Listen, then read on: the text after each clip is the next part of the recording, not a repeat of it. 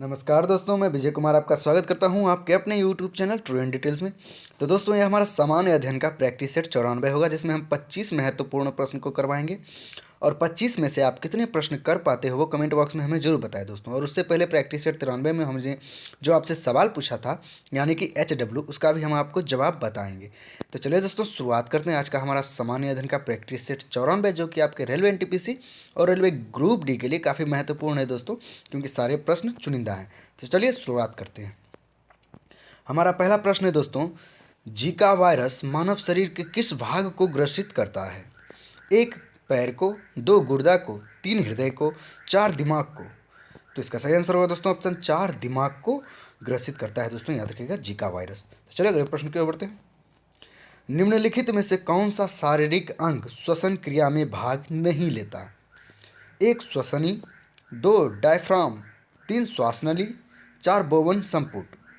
तो इसका सही आंसर होगा दोस्तों ऑप्शन 4, बोमन संपुट। तो चलिए अगले प्रश्न की ओर बढ़ते हैं। कौन सा हार्मोन लरो उरो हार्मोन कहलाता है? 1 ऑक्सीटोसिन, 2 एड्रिनेलिन, 3 एस्ट्रोजन, 4 इंसुलिन। तो इसका सही आंसर होगा दोस्तों ऑप्शन 2, एड्रिनेलिन। तो चलिए अगले प्रश्न की ओर बढ़ते हैं।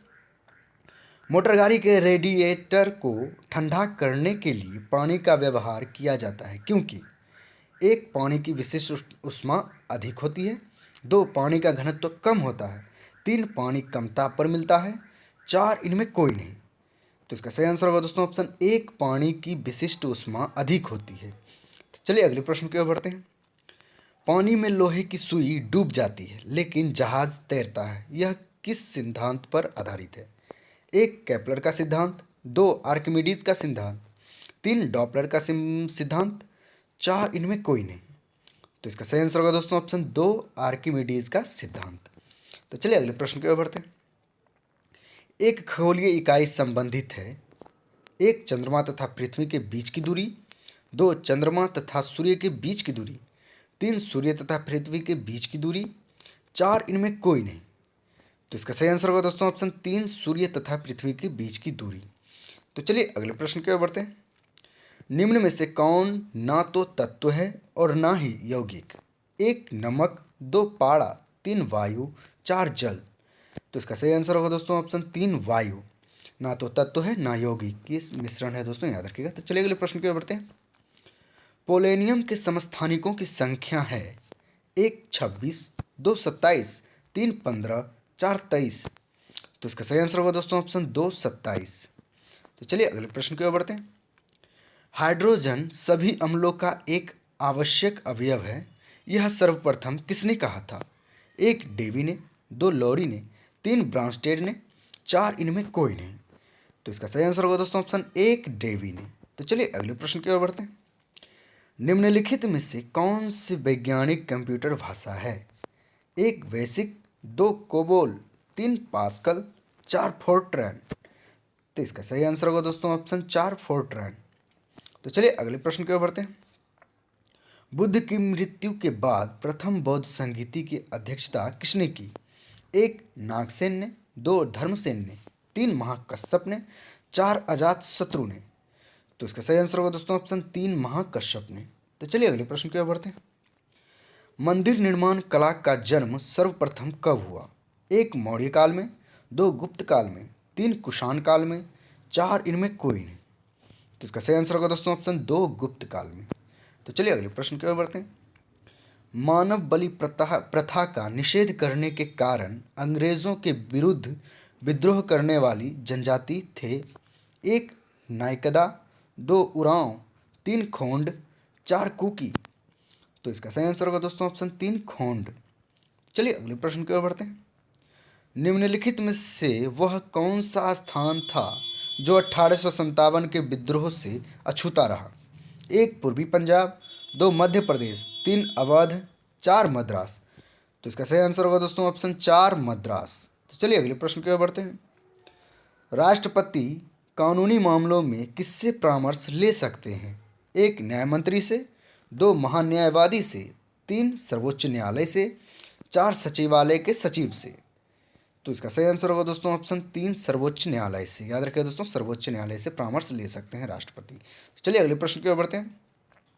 अस्थायी विधानसभा अध्यक्ष की नियुक्ति कौन करता है? 1 राज्यपाल, 2 मुख्यमंत्री, 3 विधानसभा अध्यक्ष, 4 इनमें कोई नहीं। तो इसका सही आंसर होगा दोस्तों ऑप्शन 1 राज्यपाल। तो चलिए अगले प्रश्न की ओर बढ़ते हैं। बैंकिंग चैनल के माध्यम से सर्वाधिक तेज धन अंतरण सिस्टम है? 1 राष्ट्रीय इलेक्ट्रॉनिक निधि अंतरण, 2 इलेक्ट्रॉनिक निधि अंतरण, 3 डाक अंतरण, 4 इनमें सभी। तो इसका सही आंसर होगा दोस्तों ऑप्शन 1 राष्ट्रीय इलेक्ट्रॉनिक निधि अंतरण। तो चलिए अगले प्रश्न की ओर बढ़ते हैं। पहली औद्योगिक क्रांति किस देश में हुई थी? 1 France, 2 Germany, 3 America, 4 great Britain. तो इसका सही आंसर होगा दोस्तों ऑप्शन 4 ग्रेट ब्रिटेन में पहली औद्योगिक क्रांति हुई थी ग्रेट ब्रिटेन में। तो चलिए अगले प्रश्न की ओर बढ़ते हैं। सूर्य के गिर्द परिक्रमा में निम्न में से कौन ग्रह अधिकतम समय लेता है? 1 बृहस्पति, 2 मंगल, 3 पृथ्वी, 4 शुक्र। तो इसका सही आंसर होगा दोस्तों ऑप्शन 1 बृहस्पति। तो चलिए अगले प्रश्न की ओर बढ़ते हैं। गुटेनबर्ग असंबद्धता पृथ्वी के किन 2 परतों के बीच है? 1 आंतरिक और बाहरी कोर, 2 मेटल और क्रस्ट, 3 मेटल और कोर, 4 इनमें सभी। तो इसका सही आंसर होगा दोस्तों ऑप्शन 3 मेटल और कोर के बीच है दोस्तों, याद रखिएगा। तो चलिए अगले प्रश्न की ओर बढ़ते हैं। विश्व में सर्वाधिक जागृत ज्वालामुखी कहाँ स्थित है? 1 हिंद महासागर में, 2 प्रशांत महासागर में, 3 आर्कटिक महासागर में, 4 इनमें कोई नहीं। तो इसका सही आंसर होगा दोस्तों ऑप्शन 2 प्रशांत महासागर में। चलिए अगले प्रश्न की ओर बढ़ते हैं। सागर की ओर तीव्र ढाल वाला भाग क्या कहलाता है? 1 महासागरीय गर्त, 2 महासागरीय ढाल, 3 महाद्वीपीय मग्न ढाल, 4 इनमें कोई नहीं। तो इसका सही आंसर होगा दोस्तों ऑप्शन 3 महाद्वीपीय मग्न ढाल। चलिए अगले प्रश्न की ओर बढ़ते हैं। जमीन पर फैलने वाली सब्जियों की व्यापारिक कृषि कहलाती है?